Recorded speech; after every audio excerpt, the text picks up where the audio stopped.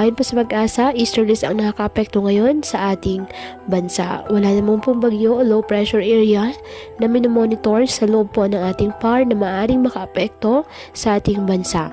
Wala rin pong nakataas na gale warning sa namang may bahay ng ating karagatan, kung kaya malaya pong makapamalawat ang ating mga kababayang mangingisda na may maliliit na sasakyang pandagat. Ngayong araw, dahil po sa easterlies at localized thunderstorms, asahan po generally maliwalas na panahon sa Metro Manila at sa nalalabing bahagi pa ng ating bansa, ng bahagyang maulap hanggang sa maulap na kalangitan with isolated rain shower or thunderstorms.